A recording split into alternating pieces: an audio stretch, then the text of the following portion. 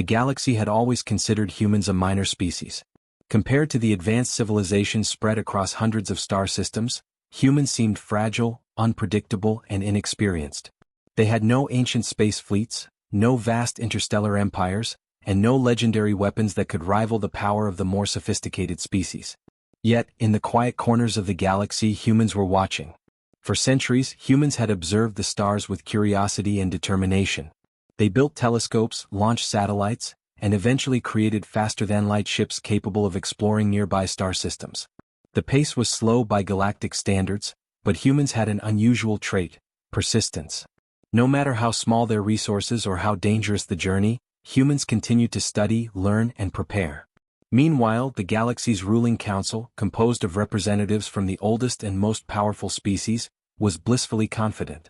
They believed their wisdom and military might could handle anything. Warnings from scouts and intelligence reports about unusual energy readings and strange disturbances in remote systems were often ignored or dismissed as minor anomalies. It was in one of these remote sectors that humans first noticed something alarming. A dark mass, massive in scale and impossible to ignore, was slowly moving toward inhabited star systems. It was not just a fleet or a natural phenomenon. This was something ancient, something that seemed to consume everything in its path. Human scientists worked tirelessly to understand it. They ran simulations, sent probes, and analyzed every bit of data they could gather. They tried to warn the Galactic Council. Messages were sent through official channels, reports were submitted with detailed observations and predictions. But the Council had a reputation for being dismissive, and the humans were, in their eyes, just another minor species with overly ambitious claims. "They will see reason eventually," said Ambassador Zelvar, a representative of the Andromery, one of the oldest species in the Council. "Humans are clever, yes, but they exaggerate everything. Their warnings are merely speculative. We have faced cosmic threats before. We can handle this." The humans did not respond with anger or frustration. They simply prepared. On Earth, scientists, engineers, and military strategists worked together. Every new piece of data was analyzed. Every possibility was considered. They built prototypes for advanced defense systems, experimented with new propulsion technologies, and trained their crews for missions that were years ahead of what other civilizations considered possible. Humanity's preparations went unnoticed by most. They did not have the Council's approval, nor did they have the vast resources that older civilizations commanded. But what they lacked in power they made up for with ingenuity and determination. Back in the Council chambers, the warnings were becoming harder to ignore. Reports of entire systems disappearing, energy signatures vanishing, and planets being stripped of life began to arrive. Yet there was always a reason to delay action. "We need more data," they said. "The humans are alarmist," others said. "It is likely a natural phenomenon. Let us study it further." As the months passed, humans quietly strengthened their fleets. Their ships were small but agile, armed with experimental weapons and shields powered by technologies no other species had fully mastered. Crews trained in zero-gravity combat, emergency maneuvers, and coordinated strategies that could outwit larger, slower fleets. Every detail was accounted for because humans had learned one thing that the older civilizations had forgotten. Being prepared could mean the difference between survival and extinction. The first signs of panic came quietly, in whispers among the Council's younger members. "Perhaps the humans are right," said one advisor. "Perhaps we should at least listen." But the older members dismissed the notion. They had survived countless cosmic events, wars, and disasters. Their arrogance was not born of ignorance but of long experience. To admit that a young minor species could see a danger they could not would be a blow to their pride. And so, the warnings continued to be ignored. Humans watched, waited, and prepared. Their leaders knew that when the time came, they could not rely on the Council's support. They would have to act alone if necessary. It was not a boast but a realization. Survival required action, not permission. One evening, as Earth rotated under a sky filled with distant stars, Admiral Kara Lynn stood on the observation deck of the flagship Intrepid Dawn. She looked at the data streaming across her holographic display. The anomaly was moving faster than predicted. Systems that had once been stable were showing signs of distress. And yet, the galaxy continued to turn as if nothing were happening. "Prepare all fleets for immediate deployment," she said to her officers. "If the Council will not act, we will." There was no hesitation in her voice, only the quiet determination that had defined humanity for centuries. Around her, the crew moved with precision, checking systems, running simulations, and preparing for a mission that no one else in the galaxy believed was necessary. In the vastness of space, the humans' actions were barely a ripple. But even the smallest ripple could grow into a wave, and humans were about to become a force the galaxy had never imagined. For centuries they had been underestimated, ignored, and dismissed. Now, the time had come to prove that even the most overlooked species could change the fate of countless worlds. And while the council debated, argued, and delayed, humans quietly waited for the moment they knew would come. The galaxy might not believe them now, but soon, every star system would feel the consequences of ignoring the warning.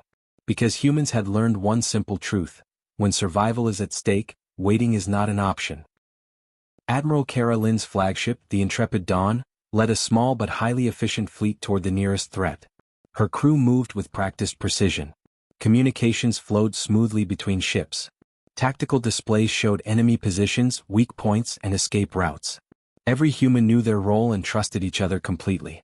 Other civilizations watched in disbelief. "How can they move so quickly?" muttered Commander Threx of the Eruvian Armada. "Our fleets would take weeks to coordinate. They act as if they have already planned 100 steps ahead." It was true. Humans had developed strategies that no alien race had ever considered. They combined creativity with adaptability. While most species relied on raw power, humans used intelligence and improvisation. They studied the enemy, learned its patterns, and struck where it was weakest. The first clash proved it. The humans encountered a raiding fleet attacking a human colony near the Orion Belt. The alien ships were larger, more heavily armed, and faster than anything humans had ever faced. But humans did not hesitate. Using smaller, highly maneuverable ships, they created decoys, flanked the enemy, and struck key points simultaneously. In the battle, the humans demonstrated something the galaxy had long forgotten: courage. Pilots risked everything, executing maneuvers that seemed impossible. Engineers worked under fire to repair damaged ships. Scientists directed energy weapons with split-second timing. Every individual contributed to a coordinated effort that overwhelmed the enemy. The victory was swift and decisive. Human ships emerged mostly intact, while the alien fleet suffered devastating losses. News of the success spread faster than lightspeed communication could carry it. Across the galaxy, species that had doubted humans began to reconsider. Whispers of admiration and fear started circulating. Yet not everyone welcomed the change. Many council members were angered, feeling their authority undermined. "Humans are reckless," said Ambassador Zelvar. "They act without consulting the council, without regard for interstellar law. This could provoke the enemy further." But the humans understood something the council had forgotten.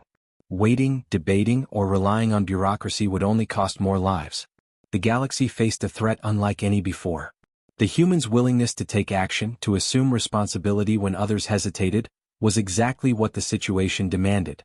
Admiral Lynn convened a strategy meeting aboard the Intrepid Dawn. Holographic displays filled the room, showing multiple attack vectors, enemy positions, and potential outcomes. "We cannot wait for approval," she said. "Every moment we hesitate, more colonies are destroyed. We move now, we move together, and we move decisively. Our goal is not revenge, it is survival." Her officers nodded in agreement. Humans had learned to trust each other implicitly. They did not rely on orders from distant councils or on complicated politics. They relied on planning, communication, and courage. Every human understood the mission and was willing to risk everything to complete it. The fleet moved through space with remarkable coordination. Ships changed formations seamlessly, dodged enemy fire, and struck critical targets with precision. Humans had developed new technology, combining energy-based weapons with advanced shields and propulsion systems. Even the smallest vessels could outmaneuver massive enemy cruisers. Meanwhile, the alien species continued to underestimate the humans. They expected the young species to falter under pressure, to lose focus, or to make fatal mistakes. But humans had a rare quality: resilience. Even when things went wrong, they adapted, improvised, and overcame. Every setback became a lesson. Every victory was a step toward mastery. As the humans advanced, colonies once abandoned or destroyed began to recover. Refugees were evacuated, planets stabilized, and defensive systems were deployed. Humans did not wait for gratitude or recognition. They acted because it was necessary. They acted because survival demanded it. The council could no longer ignore the humans. Leaders who had once dismissed them as insignificant now watched in astonishment. "Perhaps we were wrong," admitted one veteran counselor. "We underestimated them. They are extraordinary. But even admiration came with fear. If humans could achieve so much with limited resources, what might they do when fully mobilized? What other surprises were hidden in a species that had, until now, been considered minor? For humans, the question was simple. Survival required action, and they would not wait for permission. Each step they took, each plan they executed, was calculated, deliberate, and necessary. They were not seeking power or conquest. They were ensuring that life in the galaxy could continue. The first major victory over the enemy fleet became a turning point. Word spread to other human colonies and fleets. Humans would no longer wait. Humans would lead. And slowly, cautiously, other species began to follow. Not because they trusted humans entirely, but because they had no other choice. In the quiet moments after battle, Admiral Lin walked along the observation deck of her flagship. Stars streaked past the viewports as the fleet moved toward the next target. She did not smile or boast. She simply looked at the stars, aware of the challenge ahead. Humanity had taken the first step, but the path forward was still filled with danger. And yet, for the first time in centuries, humans knew one thing for certain. The galaxy had underestimated them. They had ignored the warnings, laughed at their preparations, and doubted their capabilities. That mistake would cost the galaxy dearly. Because humans had decided, if no one else would protect the galaxy, they would. Admiral Cara Lynn stood on the bridge of the intrepid Dawn, her eyes scanning the tactical displays. Her crew moved with synchronized precision. Every sensor, every weapon, every ship was accounted for. Humans did not rely on luck. They relied on planning, adaptability, and courage. Enemy fleet approaching from Vector 9, reported Lieutenant Harris. They outnumber us nearly 3-1. Then we fight smarter, not harder, Admiral Lin replied calmly. Deploy decoy drones and engage evasive formations. Keep their attention divided. The human ships moved into action. Small, agile fighters darted in and out, drawing enemy fire while larger ships struck from unexpected angles. Energy shields flared, laser beams streaked across space, and explosions lit up the darkness of the void. The humans were not merely defending, they were teaching the enemy a lesson they would never forget. Alien commanders were stunned. Their advanced technology, carefully honed over centuries, was being outmaneuvered by a species they had considered insignificant. How is this possible? Muttered Commander Threx, observing the human fleet. They are too small, too weak, and yet, they dominate the battlefield. Humans, however, were not relying solely on technology.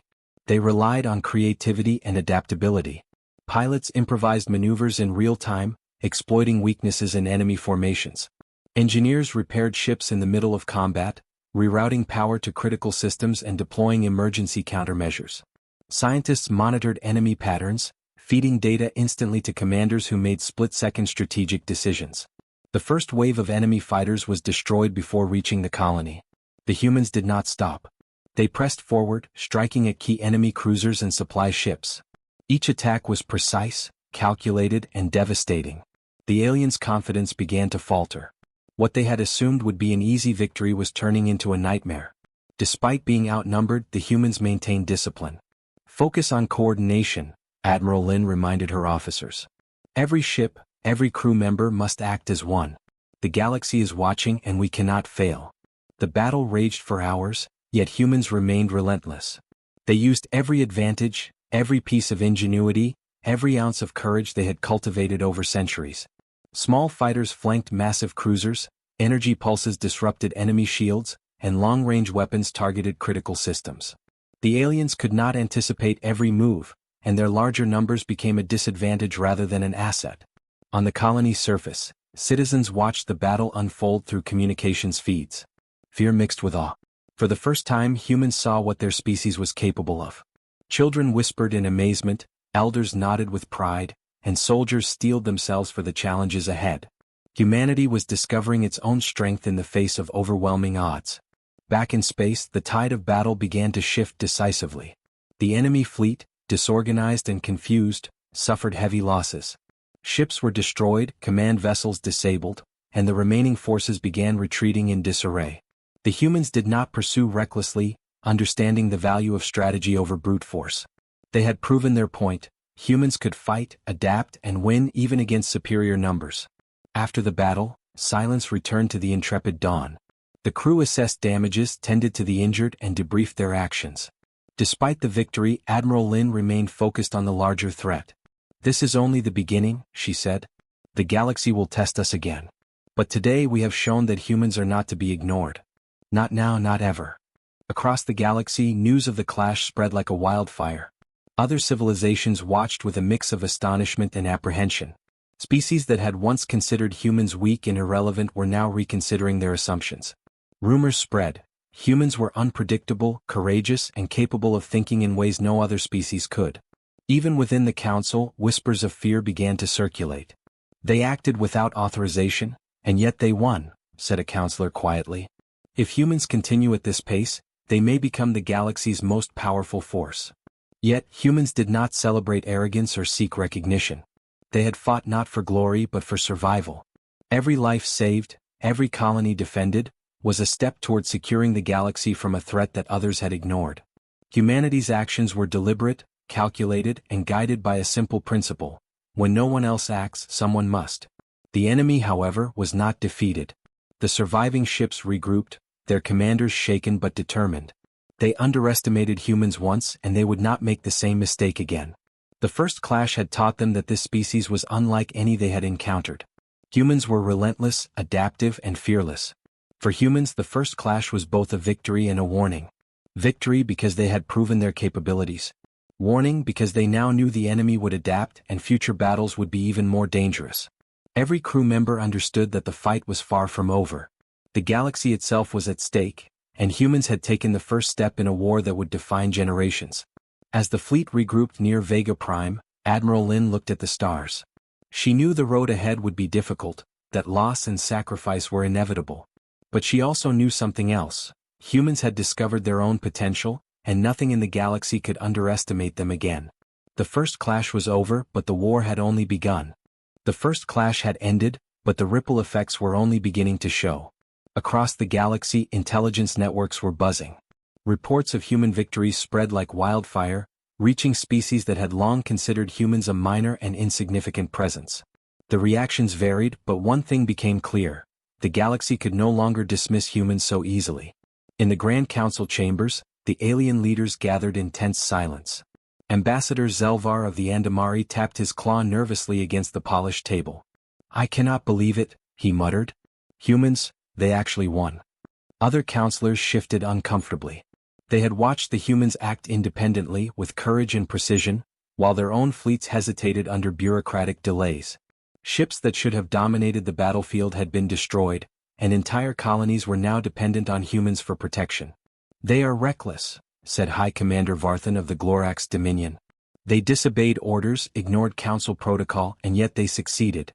This is dangerous." The room fell silent. Dangerous. That was the one word that echoed in every mind present. No species had ever acted with such unpredictability. And yet, the humans were not reckless in the way the council feared. They had been meticulous, prepared, and methodical in their approach. Their recklessness was a mask for ingenuity, adaptability, and courage. Among the younger counselors, a quiet debate began. "Perhaps we misjudged them," said a junior ambassador of the Nedhari. "They are extraordinary. The way they coordinated, the way they fought, it was unlike anything I have seen in my lifetime." A senior counselor snapped his tail in irritation. "Do not be swayed by fear disguised as admiration. Humans are a minor species. They are dangerous only because we let them act without interference. The moment we rein in their fleets, they will crumble under pressure." But doubts had already taken root. Even the most experienced leaders could not ignore the evidence. Humans had outmaneuvered larger, older fleets. They had coordinated attacks with flawless precision. And they had achieved a victory that no other species could replicate without massive losses. Meanwhile, humans continued to prepare quietly. They did not boast or declare superiority. They simply focused on the next steps. Scientists analyzed enemy strategies, engineers upgraded ships, and pilots trained for maneuvers that would push both technology and courage to the limit. Every human understood one truth: the enemy was adapting and humans had to stay ahead. On distant worlds, civilians watched broadcasts of human victories. Fear mixed with admiration. Other species began to whisper among themselves, "Perhaps we underestimated them. Perhaps they are not just another species, they are something more." Back in the council chambers, debates turned tense. Some members feared that giving humans too much influence would upset the balance of power. Others began to argue that humans could be an asset, a weapon to fight the growing threat that had been ignored for so long. Ambassador Zelvar sighed heavily. We cannot rely on them.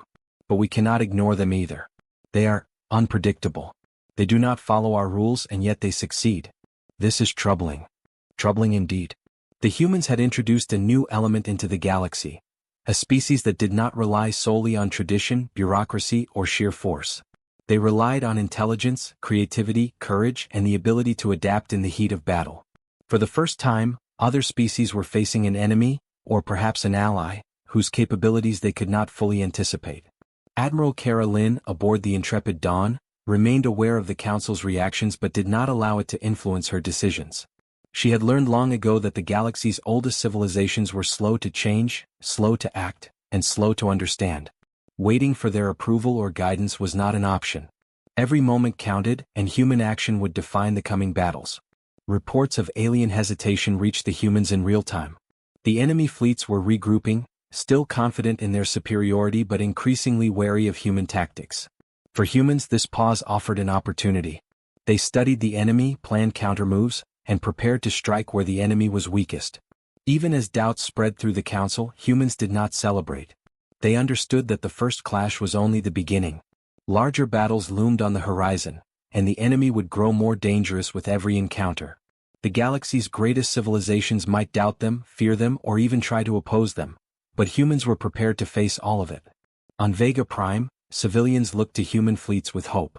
Colonies that had once been abandoned now had defenders willing to risk everything. Soldiers shared stories of bravery, innovation, and quick thinking that had turned what seemed impossible into victory. Humans were no longer just survivors, they were leaders, pioneers, and protectors. And as the Council debated, humans acted. They strengthened defenses, repaired fleets, and studied the enemy's weaknesses. Their strategies became more daring, their tactics more precise, and their determination stronger. High above the battlefield, Admiral Lynn watched the stars. She knew the enemy would not underestimate humans twice. Each victory had brought attention, and attention would bring challenges. But humans were ready. Their strength did not lie in technology alone, nor in numbers, nor in tradition. Their strength lay in courage, ingenuity, and the willingness to act when others hesitated. The Council's doubts could not stop them. Fear could not slow them. And the galaxy's ignorance could no longer dictate the course of events. Humans had stepped into the center of the conflict, and the galaxy would soon learn that when humans took action, nothing could stand in their way. The first doubts had emerged. The first cracks in alien confidence had formed.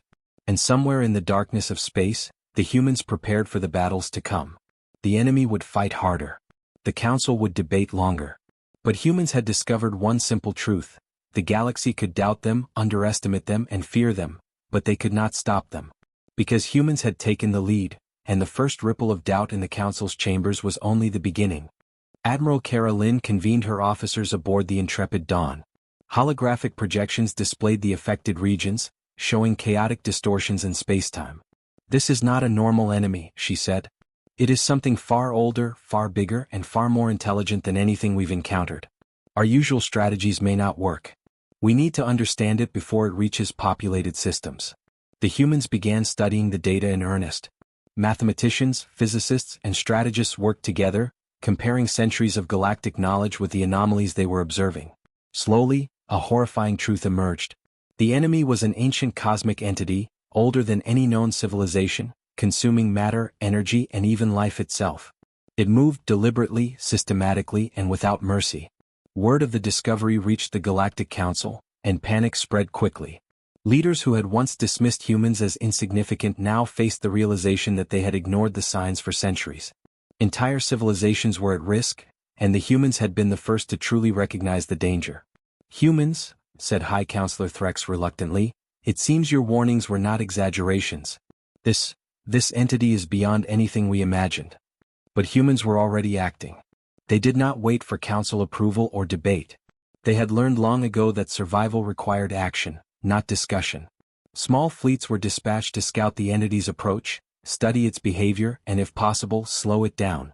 Scientists worked tirelessly on new technologies, energy shields powered by untested principles, weapons capable of disrupting energy flows, and ships designed for extreme maneuverability in distorted space.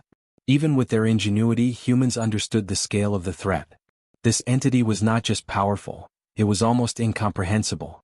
Ships disappeared in seconds, and communication signals twisted into static before any message could be delivered. Yet humans did not hesitate. They prepared for a battle unlike any other, combining courage with innovation and adaptability with strategy. On the edge of a star system recently disrupted by the entity, a human fleet gathered. Pilots checked their instruments, engineers calibrated weapons, and scientists monitored the distortions in space. Every individual understood the stakes. Failure meant the destruction of entire civilizations. Admiral Lin addressed her fleet with calm authority. We are facing something the galaxy has never seen. It is intelligent, relentless, and destructive. But we are humans. We survive because we act when others hesitate. We adapt when others fail. And we fight when there is no choice. Today we are the galaxy's first line of defense. The humans' resolve inspired confidence across their ranks. Other species, once hesitant to follow them, now offered support. Fleets from minor civilizations joined human forces, trusting the species they had once dismissed. Even some council members began to provide strategic assistance, recognizing that human leadership was the best hope against the approaching threat. As the humans advanced toward the anomalies, they observed the entity in action for the first time. It moved like a shadow across the stars, consuming planets and stars in a pattern that seemed chaotic yet deliberate. The energy it emitted was unlike any known radiation, capable of disrupting ships and sensors alike. For the first time, humans realized the true scale of what they were facing. Yet, even in the face of this cosmic terror, humans did not falter. They adapted quickly, sending scouts equipped with experimental stealth and shielding technologies to gather intelligence. They developed plans that no other species could conceive, combining ingenuity with courage and using the enemy's unpredictable nature against it. The first engagement with the entity's forces, the smaller fleets it sent ahead, demonstrated the humans' unique approach. While the alien fleets relied on sheer firepower, humans used deception, agility, and teamwork. They avoided direct confrontation, striking at weak points, exploiting openings, and retreating before the enemy could respond. Every maneuver was calculated, precise, and daring. Back at the council, debate turned to awe and fear. This species, said Ambassador Zelvar quietly, they may be the only ones capable of standing against it. All our fleets, all our weapons, may not be enough. But humans adapt. Humans fight. And somehow they survive. On Earth, the civilian population watched transmissions from the fleet with a mixture of fear and hope. Children asked their parents if humans could really defeat a being that could destroy stars. Parents did not have answers, only trust in the species that had already defied impossible odds. Humanity had stepped into the role of protector, the first line of defense against a force the galaxy had feared for eons. Admiral Lin, looking at the projections of the approaching entity, knew that the battles ahead would not be like anything humans had fought before. Entire fleets might be destroyed. Planets could be lost. The entity was intelligent, calculating, and ruthless.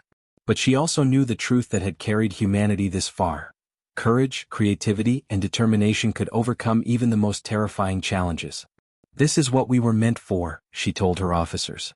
The galaxy has underestimated us, ignored us, and doubted us. Now the real challenge begins. We will face it together, and we will not fail. The humans were ready. The galaxy had finally understood the truth. They had underestimated humans at their peril. The true threat had revealed itself, and humanity stood between destruction and survival. The first engagement had shown one undeniable fact. Humans were no longer just survivors. They were the galaxy's hope.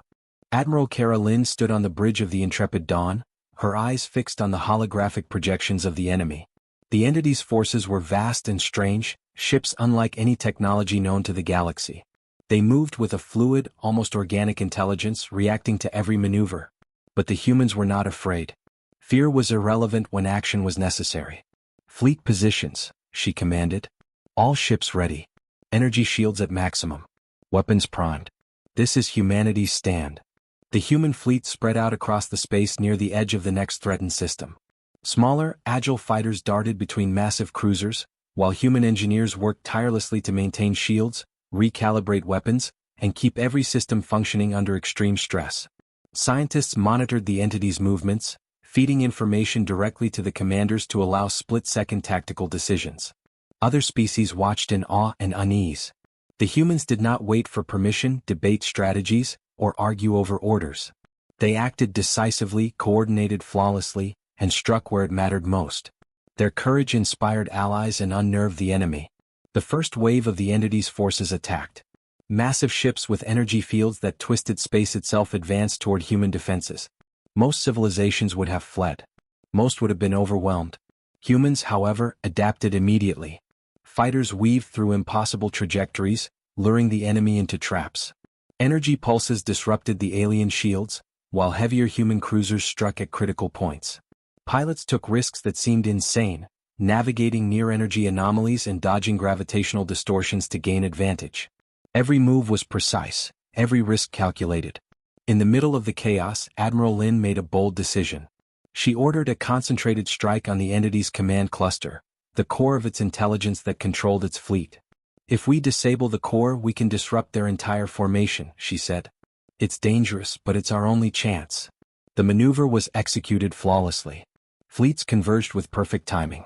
Fighters created diversions, while the heavy cruisers delivered their attack in a single, synchronized strike. Energy beams lanced through space targeting the core. The alien formations faltered.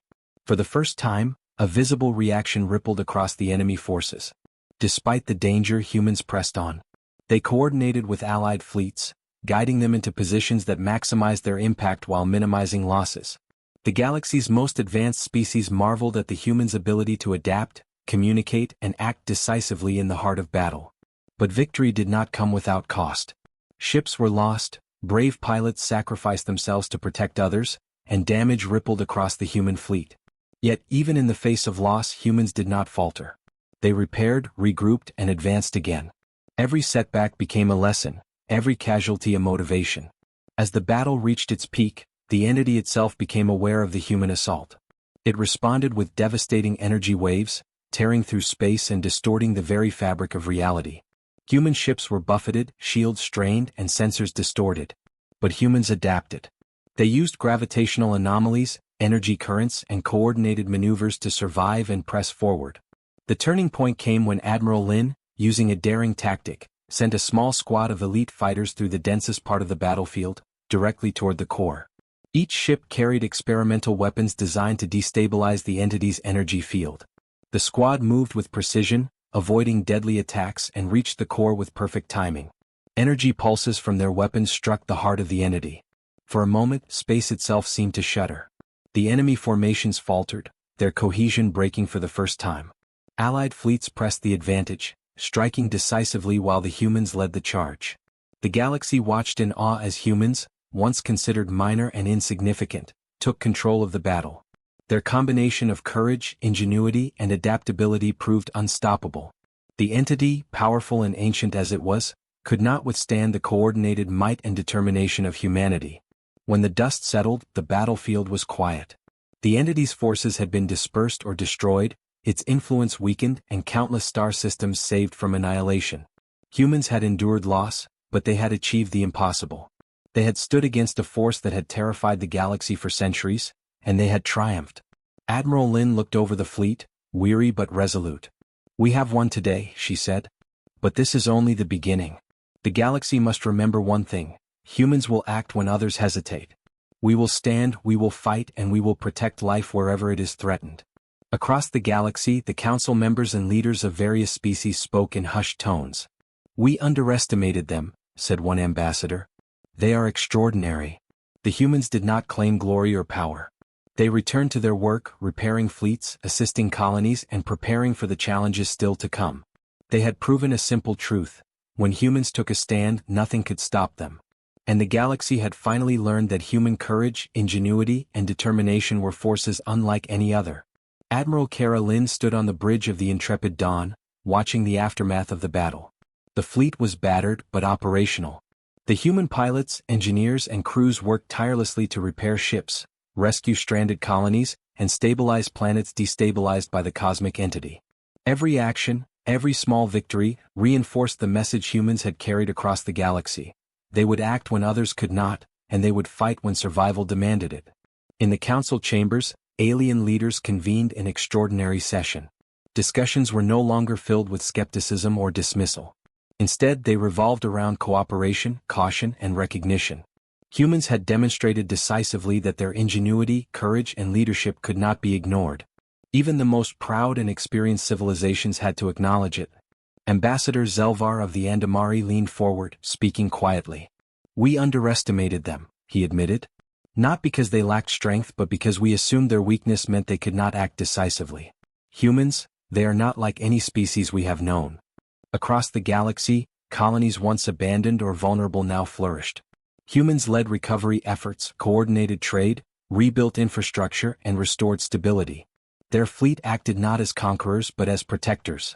And as news spread, other species began to follow the humans' lead, not because they were forced to, but because they trusted a species whose courage and foresight had saved countless lives. On Earth, the human population watched the reports from the front lines with pride and awe. Children asked about the heroes, elders reflected on the sacrifices, and every citizen realized a simple truth: humans had changed the galaxy. No longer were they merely survivors on a small, fragile planet, they were leaders, innovators, and defenders of countless worlds.